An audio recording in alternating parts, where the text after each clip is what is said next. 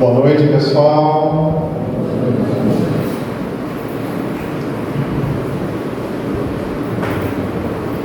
Resolvi fazer um passo a passo do tema autoconhecimento. Nós tivemos a alegria de ter aqui na nossa casa 6 encontros onde foi tratada de forma mais profunda sobre esse tema. Todos os episódios, todas as aulas estão disponíveis no nosso canal no YouTube para quem quiser assistir. É material para estudo, mas eu resolvi trazer aqui também para poder dividir um pouco desse tema tão importante com vocês, porque eu acho que não foi todo mundo que participou desse mini curso que nós fizemos, né? É bem um passo a passo, oferecendo ferramentas para que a gente possa olhar para si de um jeito mais profundo. Trouxe de forma bem didática, na verdade é um pedacinho de todo um processo, mas quero lhes apresentar como um autoexercício para que cada um, de acordo com a sua disponibilidade, possa ir se autodescobrindo, porque ao fazer isso, você passa a ter mais controle sobre você mesmo e podendo até tomar outras atitudes que não aquelas que nascem muitas vezes da nossa explosão, no momento de nervoso e outras tantas das quais a gente acaba se arrependendo depois. Vamos lá. Allan Kardec, em O Livro dos Espíritos, pergunta aos espíritos: qual o meio prático e mais eficaz para se evoluir nessa vida e resistir aos arrastamentos ao mal? Resposta dos Espíritos: um sábio da antiguidade.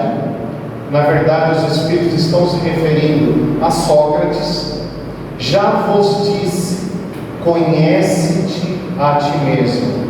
Na verdade, Sócrates só repetiu essa frase que estava escrita na entrada do templo de Delfos e tinha um adendo a ela: conhece-te a ti mesmo, nada em excesso. Mas os Espíritos focam aqui. Ao conhecer você mesmo, você consegue o meio mais prático e eficaz para evoluir nessa vida e para não cair no mal que existe dentro de nós. Então é um grande fundamento a gente estudar e estar pensando a respeito do conhecimento de si mesmo. Afinal, quem sou eu? Isso é mais atual, dos tempos atuais. Antigamente não se falava tanto disso. Isso, com o passar do tempo, tem se tornado cada vez mais importante, cada vez mais presente nas nossas vidas esse tema. E creio que, na devida proporção, é algo que faz toda a diferença na nossa presente encarnação. Nós começamos geralmente: eu gosto de verde. Quem sou eu mesmo? Eu sou palmeirense. Peraí, eu gosto de arroz, feijão e ovo. Peraí, eu sou honesto. É um jeito bem raso de a gente começar a olhar para si. Nessas ferramentas, nós vamos poder nos aprofundar bem mais naquilo que realmente nós somos, para termos uma noção mais profunda daquilo que a gente traz dentro da gente e, se possível, poder controlar e, melhor ainda, poder transformar. Porque a gente só consegue modificar algo dentro da gente depois que a gente aceita e depois que a gente conhece, né? Algumas sugestões eu quero dar antes da gente começar. Não faça julgamentos a você mesmo. Abra mão de se julgar. Não importa o que você já fez na sua vida, não importa. Seja um observador. Não tente resistir o máximo que você puder a você se julgar. Seja, como eu disse, um observador. Aceite o que ainda não é possível modificar. Ao olhar dentro de você, você vai enxergar coisas que nem sempre estão legais. E é necessário só observar. Não tente, não se chateie. Aceite o que ainda você não consegue modificar. Tem muitas coisas que nós vamos ver hoje e que dependerão do nosso trabalho no decorrer do tempo, porque nós somos espíritos milenares. Esta é só a ponta do iceberg da nossa personalidade. Então tem coisas que a gente vem cultivando dentro da gente há muitas encarnações, e não será de hora para outra que a gente vai conseguir modificar. Então não faça julgamento e aceite. Tenha muita coragem para olhar dentro de si e esteja disposta a encontrar o que não é bonito, o que a sociedade não aplaude, o que as religiões não aplaudem. Esteja disposta a encontrar aquilo que é feio dentro de você. E lembre dos outros dois: não faça julgamento e aceite.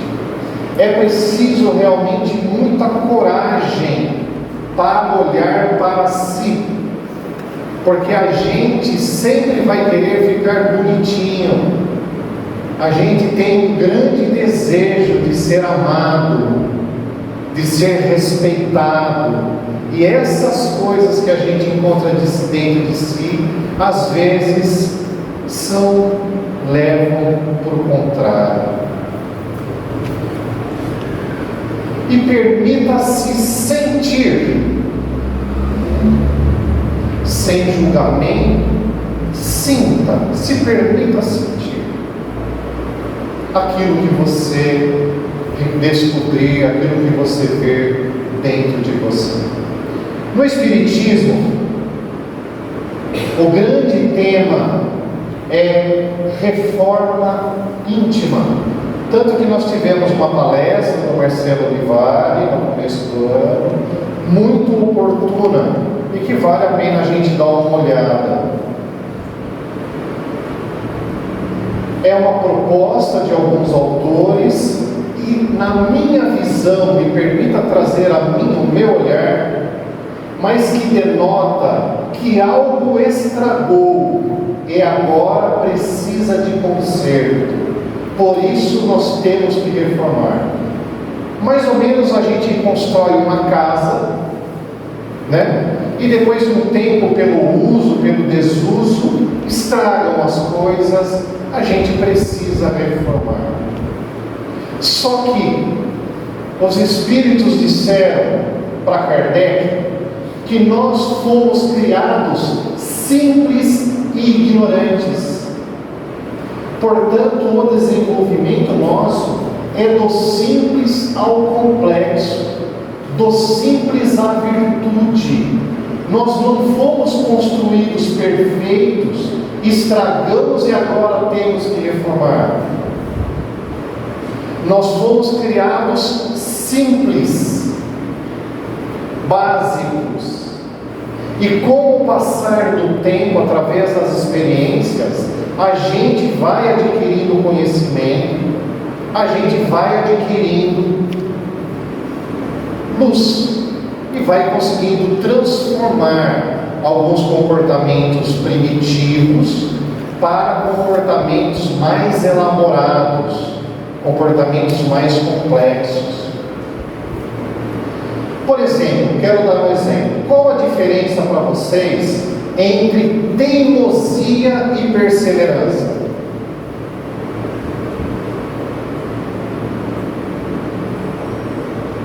Não lhes parece a mesma coisa?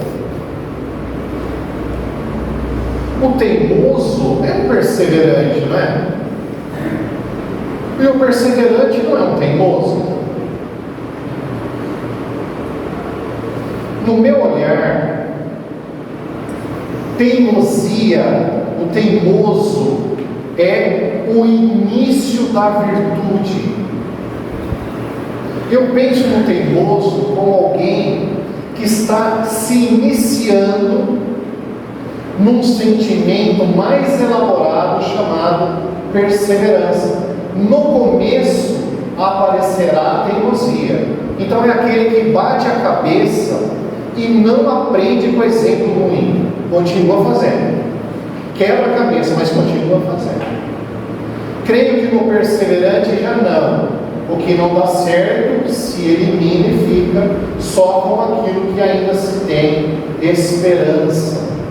Então, para mim, o início da virtude é a teimosia, para mais adiante, mais elaborada, ela ser perseverança, um sentimento mais complexo e melhor do que o inicial da teimosia. Então, a gente está sempre se desenvolvendo. Portanto, dentro dessa visão, eu penso que a reforma íntima poderia ser pensada ou até substituída pelo termo desenvolvimento íntimo. Não adianta a gente se culpar das coisas que a gente ainda não conhece. A gente não foi criado perfeito. Nós não somos anjos que caímos. Nós somos espíritos que fomos criados simples e estamos a cada encarnação adquirindo alguma coisa. E se tem algo que a gente ainda não faz, é porque a gente ainda não se desenvolveu para isso. Por isso, dentro da visão espírita, a culpa não é um sentimento razoável.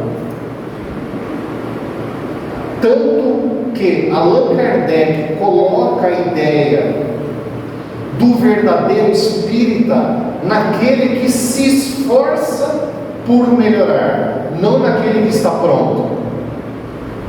Porque é do simples ao complexo. Está ficando claro? Beleza? Santo Agostinho, numa mensagem no Evangelho segundo o Espiritismo, dá uma dica para a gente começar a pensar. Fazei o que eu fazia quando vivi na terra. Ao fim de cada dia, interrogava a minha consciência, passava em revista o que havia feito e me perguntava a mim mesmo se não tinha faltado o cumprimento de algum dever, e se ninguém teria motivo para se queixar de mim. Foi assim que cheguei a me conhecer e ver o que em mim necessitava de reforma. Ao final de cada dia, faça um levantamento do seu dia. Veja como foi. Veja se tem coisas que você acertou. Veja se tem coisas que você errou. Para no dia seguinte, você tentar consertar aquelas coisas que não acertou e reforçar as que acertou. Assim sucessivamente, todos os dias. Dentro da minha visão, da minha opinião, conhecer-se através da autoobservação é um caminho que nós devemos fazer sim, mas não é o fim, por um motivo muito importante. Uma boa parte dos nossos comportamentos não são conscientes, são inconscientes. A gente não tem noção do que está fazendo. Uma boa parte. E também há uma grande tendência em a gente esquecer o que não é bonito dentro da gente. Allan Kardec sempre disse para a gente se utilizar dos avanços da ciência para o espiritismo. E não vejo por que não, a gente trazer ferramentas da psicologia já desenvolvidas, elaboradas, testadas há muito tempo, para a gente ampliar esse olhar, para a gente se conhecer melhor. Freud trouxe um termo, eu vou trazer, é um recorte, só alguns, tá? Trouxe um termo, um mecanismo de defesa, chamado de projeção. O que é projeção? O ato de atribuir a uma outra pessoa, animal ou objeto, as qualidades, sentimentos ou intenções que se originam em si próprio. A pessoa com projeção pode, então, lidar com os sentimentos reais, mas sem admitir ou estar consciente do fato de que a ideia ou comportamento temido é dela mesma. Vou trazer um exemplo. Alguém que afirma textualmente, que diz: todos nós somos algo desonestos, está na realidade tentando projetar nos demais as suas próprias características. Ou então dizer: todos os homens e mulheres querem apenas uma coisa, sexo, pode refletir uma projeção nos demais de estar pessoalmente pensando muito a respeito de sexo. É mais ou menos assim. Nós vemos no outro coisas que a gente não consegue aceitar na gente. Uma grande dica para a gente olhar para isso é você saber que se tem algo que te incomoda muito no comportamento do outro, possivelmente está em você. Então imagine, aquilo que você mais critica nos outros, possivelmente está em você. Não há generalização em psicologia. Nós não vamos dizer nunca tudo que te incomoda no outro está em você. Mas há uma grande chance de estar em você. Muitas pessoas, por exemplo, que tiveram uma educação muito rígida, muito dura dos pais com relação à sexualidade, ao ver pessoas com roupas minúsculas, pode se incomodar muito e criticar muito a pessoa com aquela, onde já se viu colocar aquelas roupas, onde já se viu esse tipo de saia, você acha que é coisa de se vestir? Possivelmente a sexualidade está muito grande dentro de você. Olhe para isso. Como no exemplo, todo mundo é algo desonesto. Na verdade, a pessoa está projetando nos demais a própria desonestidade dela. Então ela está jogando nos outros. Volto a repetir para a gente fixar. O que te incomoda muito nos outros, possivelmente está em você. Olhe para isso com coragem. Porque se é algo resolvido dentro de você, se é algo consumado dentro de você, não vai te incomodar nos outros. Você vai dizer, nossa, deve ser o jeito dela se expressar, deve ser o jeito que ela pensa, e daí por diante. Esta então é uma grande ferramenta. Procure trazer para o seu dia a dia. Antes de você fazer uma crítica a alguém, olhe primeiro para você, para ver se aquilo não está em você. Há uma grande chance de estar certo. Você imagine como o mundo seria melhor, como a gente se resolveria melhor, se a gente olhasse primeiro para si. Quanta maledicência a nossa boca calaria, não é? Imagine a vergonha de um dia, tudo aquilo que você criticou o outro, descobrir que está em você. E uma dica poderosa que a gente vê acontecer de braçada dentro do ambiente terapêutico. Tome cuidado, porque se você não olhar para dentro de si, você é bem provável irá se tornar aquilo que você mais critica nos outros.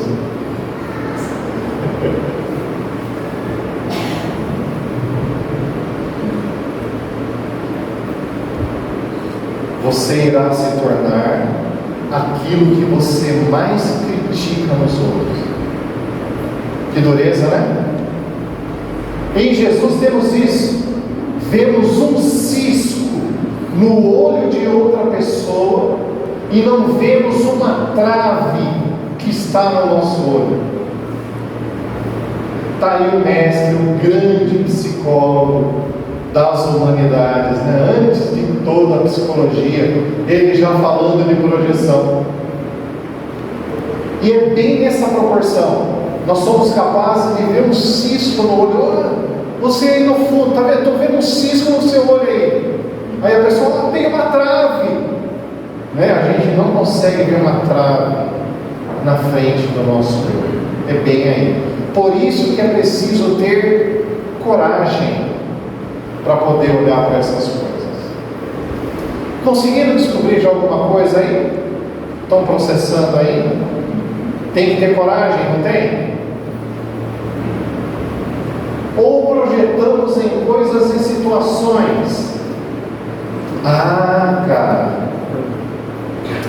sabe aquele dia lá que eu estava daquele jeito e fiz aquelas coisas? É porque eu tenho um obsessor. Aí o coitado do obsessor recebe a nossa projeção. Ele que não tem nada a ver, que recebe os piores nomes, né? Tem muita gente que chama de encosto. Ah, eu estou com encosto, e o encosto me faz fazer essas coisas. Ah, o encosto é que me faz desejar essas coisas. A pessoa roda a baiana e fala, ah, mas você não sabe, o meu obsessor é forte. Projeção. Assuma como seu. Pare de terceirizar as responsabilidades que lhe cabem. A gente vai falar mais disso. A carne é fraca. Aí a tal da carne leva toda a culpa, né? A carne é fraca, é por isso que eu peguei o dinheiro, é por isso que eu fiz aquilo, né? Aí a tal da carne, né, da matéria que reveste o nosso corpo. Ah, nada dá certo na minha vida porque fizeram um trabalho contra mim. Por favor, desfaça esse trabalho, porque a partir do momento que você desfizer, tudo vai dar certo.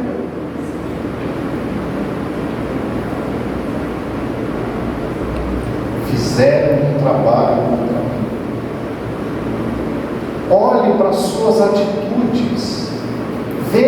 se elas vão te levar ao lugar onde você deseja.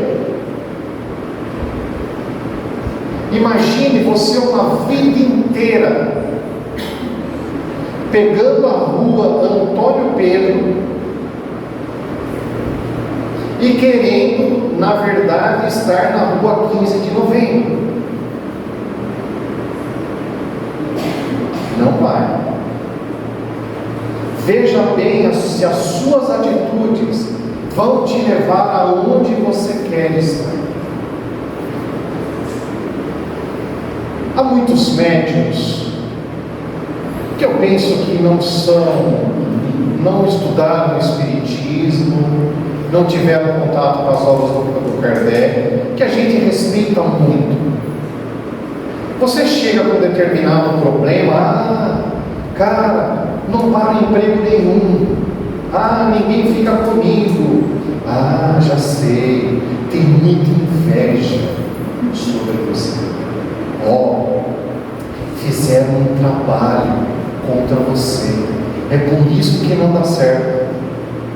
Como fica mais fácil? Quer dizer, a gente não tem culpa nenhuma, não tem que mudar nada, porque é um trabalho que fizeram com a gente.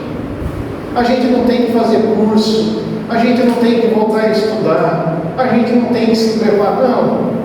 Resolver o trabalho, tudo isso é muito simples. Um amigo em nossa casa procurou o irmão espiritual e fez essa reclamação. Nada na minha vida está dando certo, eu não sei o que está acontecendo.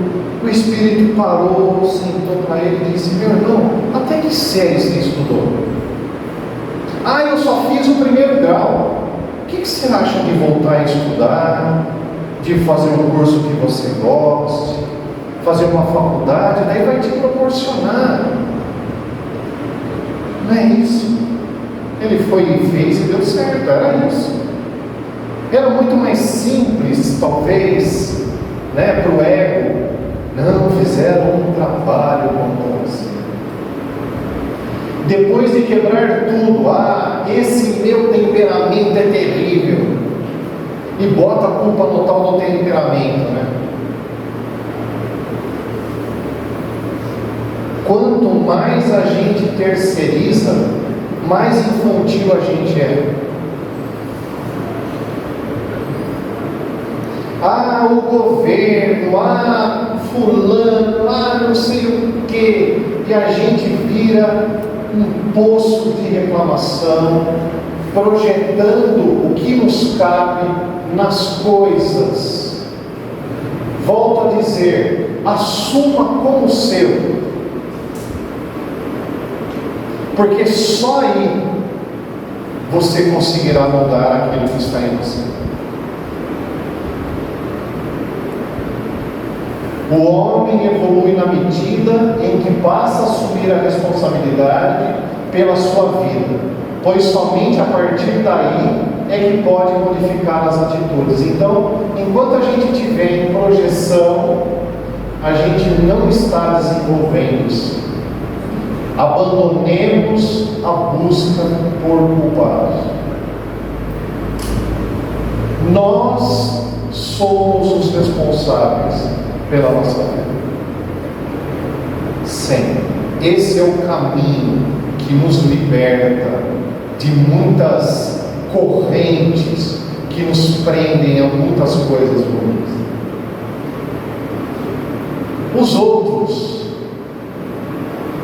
Outra forma de a gente se conhecer é na nossa relação com os outros, as outras pessoas.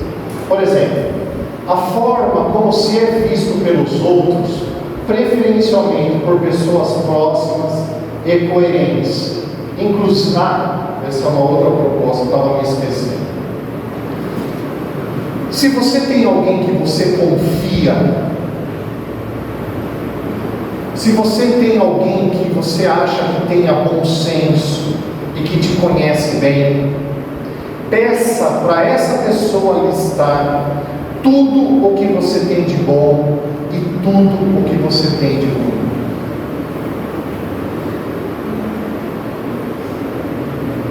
Geralmente a gente quer somente aquilo que é bonitinho, né? Mas peça para essa pessoa te apontar aquilo que você também não faz bem, aquilo que você também não consegue acertar. E faça uma análise. Faça uma análise para ver se a pessoa tem ou não razão. Mas tem que ser pessoas coerentes. E uma dica: preste muita atenção no que dizem os inimigos. O inimigo é uma pessoa que não tem a obrigação de nos agradar. E geralmente fala muitas verdades acerca da gente. Se a gente também friamente pegar para analisar, pode ser que tenha ali ouro, porque existem muitos amigos que não têm coragem de dizer para a gente. O inimigo diz de boa. Dentro dessa ótica, os inimigos irão se tornar os maiores amigos da sua vida, porque eles te darão ouro puro de quem é você e daquilo que você precisa alterar. Por isso também que eu penso que Jesus dizia: amai os vossos inimigos. Não é? Você quer realmente saber aonde está o problema que está lhe afligindo? Ouça eles também. Deixe então de colocar a culpa nos outros e veja com todas as ferramentas que não é em você. Aqui sim. Há uma tendência muito grande em uma boa parte da forma como a gente age no mundo, como a gente interage no mundo, de serem repetições de comportamentos que nós vimos nos nossos pais. E comportamentos inconscientes que a gente nunca parou para pensar, mas a gente repete igual.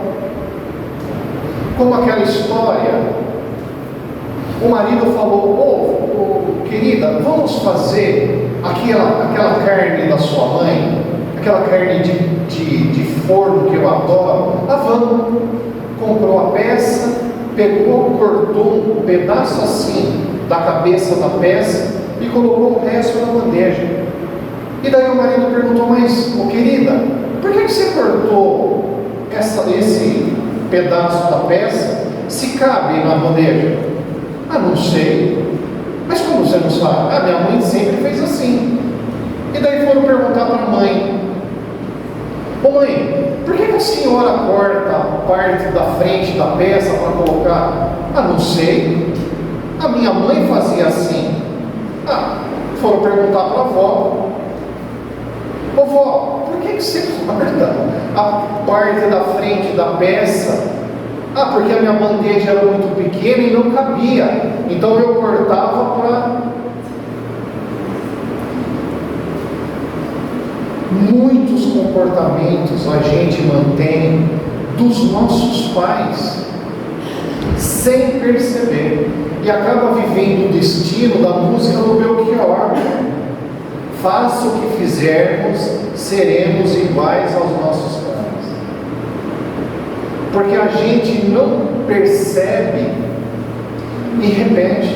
Então você começa a pesquisar, você vai ver que está se repetindo há muitas gerações. Eu passei a atender uma menina lá em Amparo, quando eu trabalhava lá.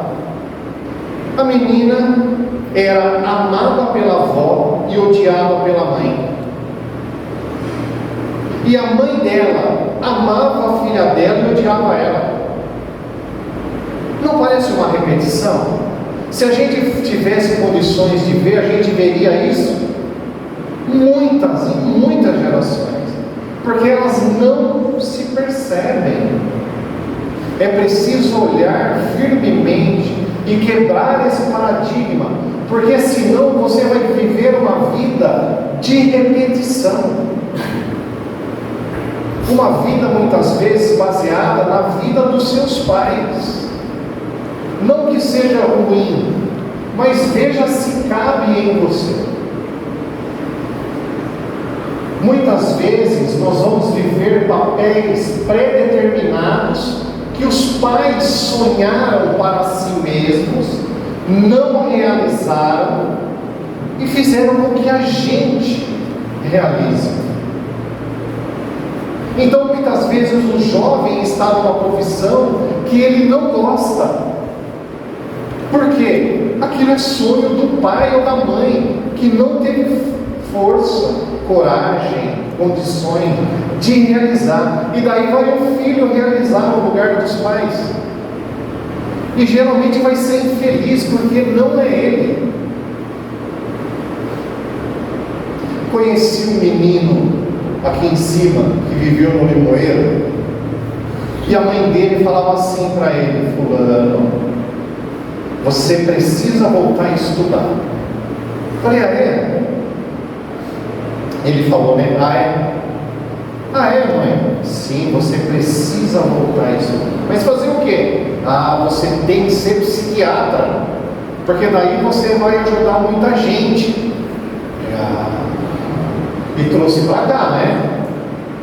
E daí deixei a conversa. Eu já entreguei que sou eu, né? Deixei a conversa, porque vai que minha mãe assiste no YouTube, né? Contando o meu segredo, né? Deixei a conversa morrer. E daí no outro dia: nossa mãe, que pena que a mãe não pôde estudar, né? É uma pena mesmo, mas trabalhei e tal, atendi muita gente. Minha mãe é benzedeira, ela é benzedeira, tem muita gente, conversei, acho que eu tentei ajudar como eu pude, é verdade. Mas mãe, se a mãe tivesse tido a oportunidade de estudar, o que a mãe teria feito? Se eu não soubesse disso, eu poderia ter ido fazer psiquiatria e talvez ser infeliz, porque esse era o sonho dela, não meu.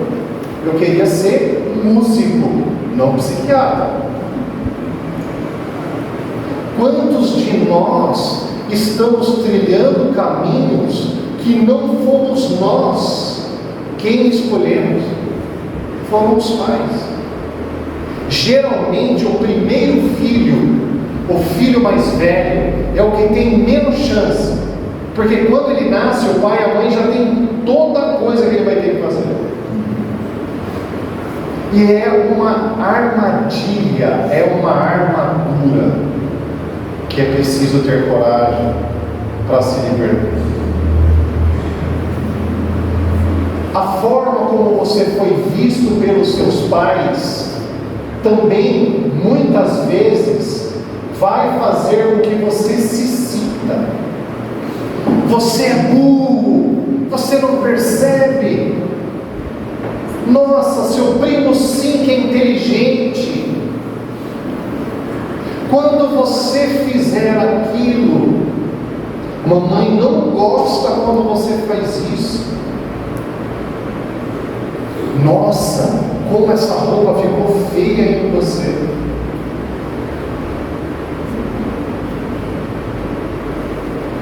E outras coisas tantas que nós ouvimos dos pais.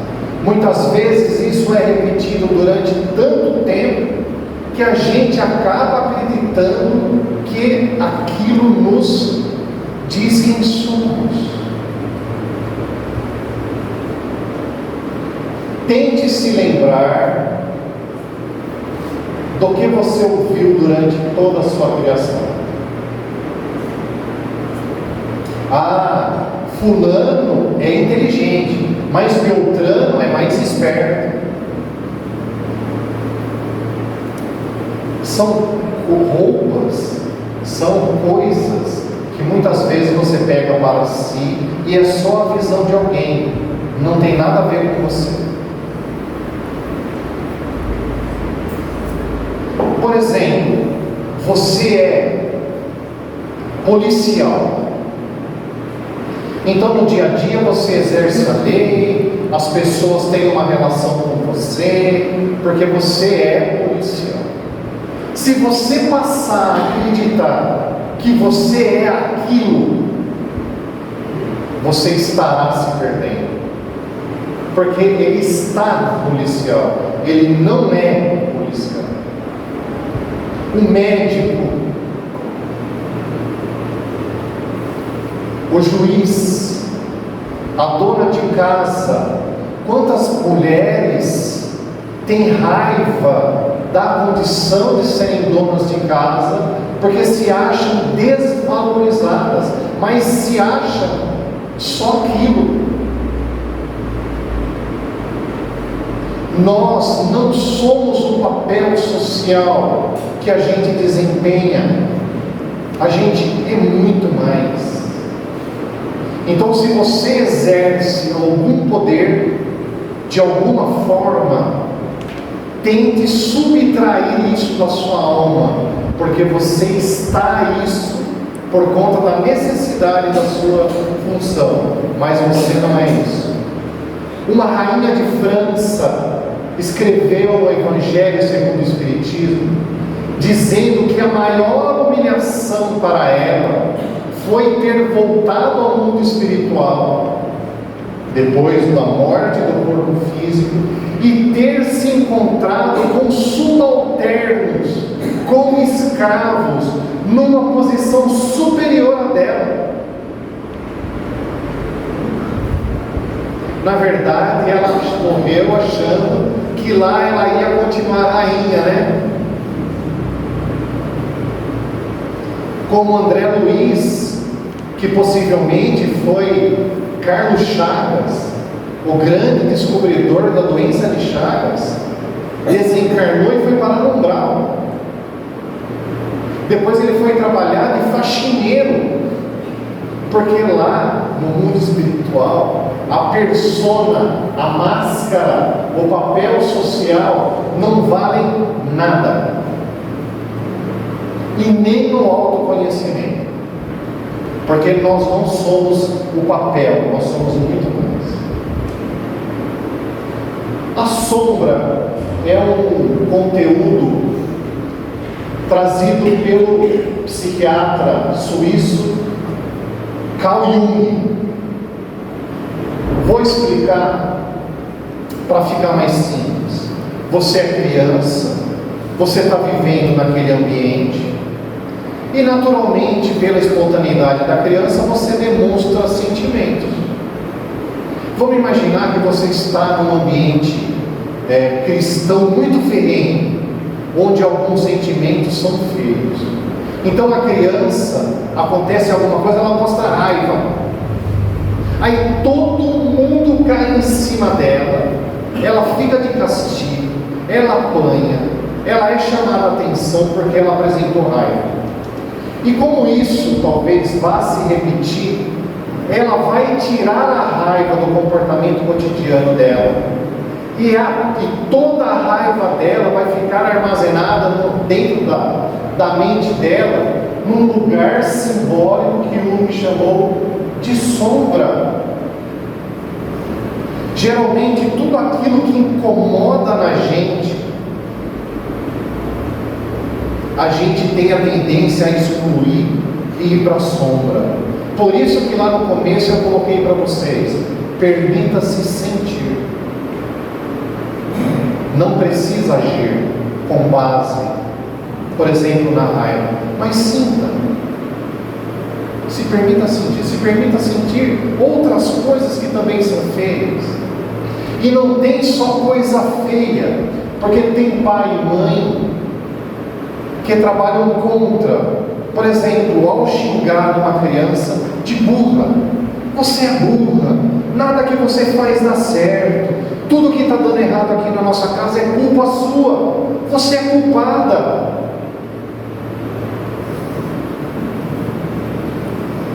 A esperteza e a inteligência dela vão para a sombra, então ela sempre vai ser burra, porque foi como ela foi chamada pelos pais. Então, dentro do nosso processo de autoconhecimento, Tem muita coisa inconsciente dentro da gente que está na sombra.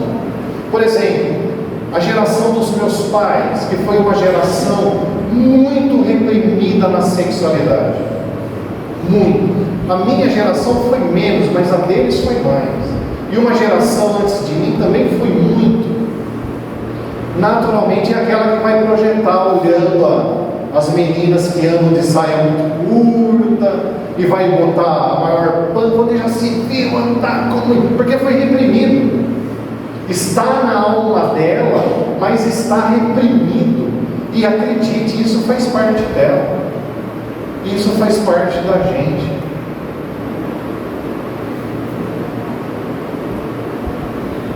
Está ficando claro?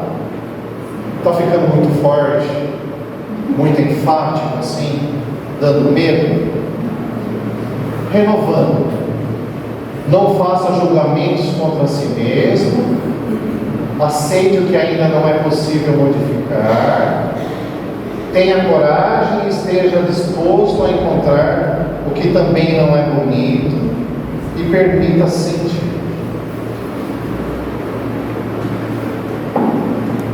Naturalmente, nós vamos encontrar grandes pecados dentro de nós. Se criou a ideia de pecado de um jeito incorreto. A palavra pecado, em sua etimologia, quer dizer erro ao alvo. Você errou o alvo, você não acertou. Porque dentro do Espiritismo não existe essa dinâmica do pecado. Porque a gente foi criado simples. E a gente, vida após vida, está desenvolvendo, está adquirindo virtude.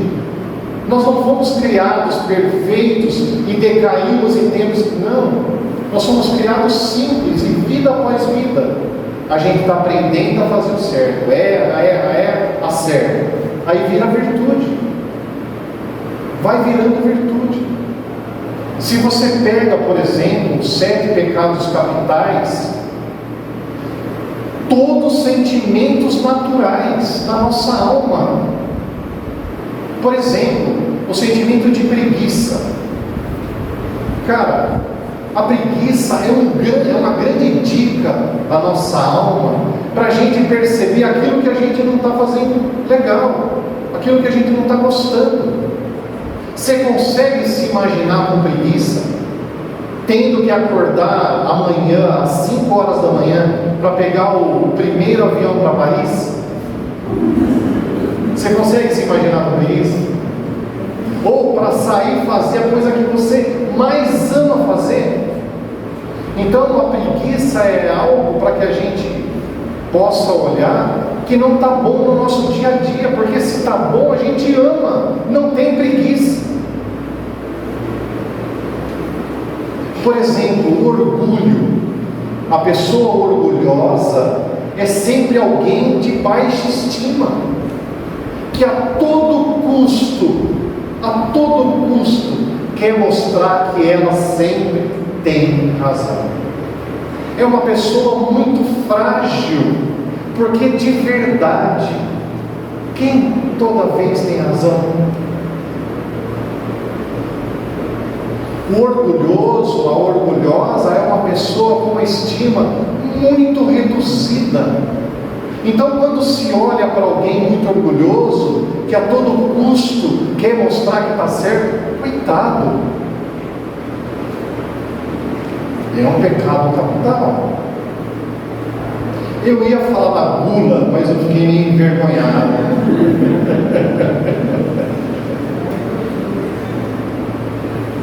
Ai.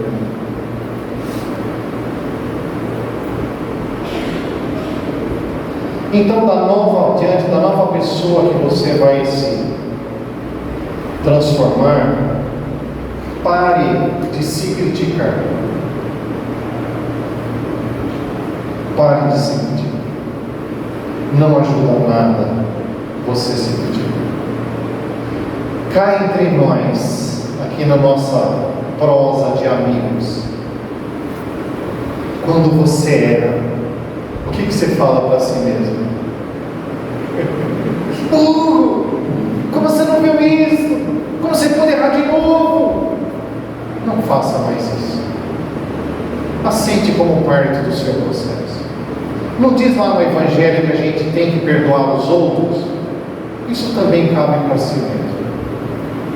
Uma hora você adquirirá toda a virtude do mundo, mas só uma hora. Então não se critique mais. Pare de se amedrontar.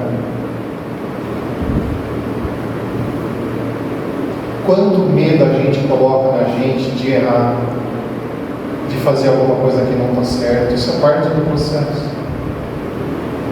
Um grande sentimento que supera o medo é a fé. Procura desenvolver a sua fé, que o seu medo vai na mesma proporção. Aumenta a fé, diminui o medo. Geralmente eu costumo pensar que medo demais é muito pouca fé. Não é café não, tá? Seja gentil com seus pensamentos ruins. Quando você os tiver, olhe com carinho para eles. Veja o que eles têm para dizer para você. Sempre assuma como seu. Não coloque nas costas dos espíritos. Cuide de si mesmo como você cuida dos outros. Quantos de nós estamos perdidos de nós e achamos que devemos salvar o mundo, esquecemos de nós? Como diz o Espírito Hamed, ser bom significa eu também. Se inclua nas coisas boas que você faz com os outros. Se você é mais egoísta, se você não é o bonzinho da história, faça também pelos outros, não só para si. Mas temos uma tendência, os religiosos, de colocarmos o mundo nas nossas costas e esquecermos de nós. Ficamos parecendo, como dizia o professor Alquinder de Oliveira, o regador de jardim. Sabe aquele que fica virando com água? Se você vai lá olhar, perto dele está tudo seco. Ele só molha o entorno.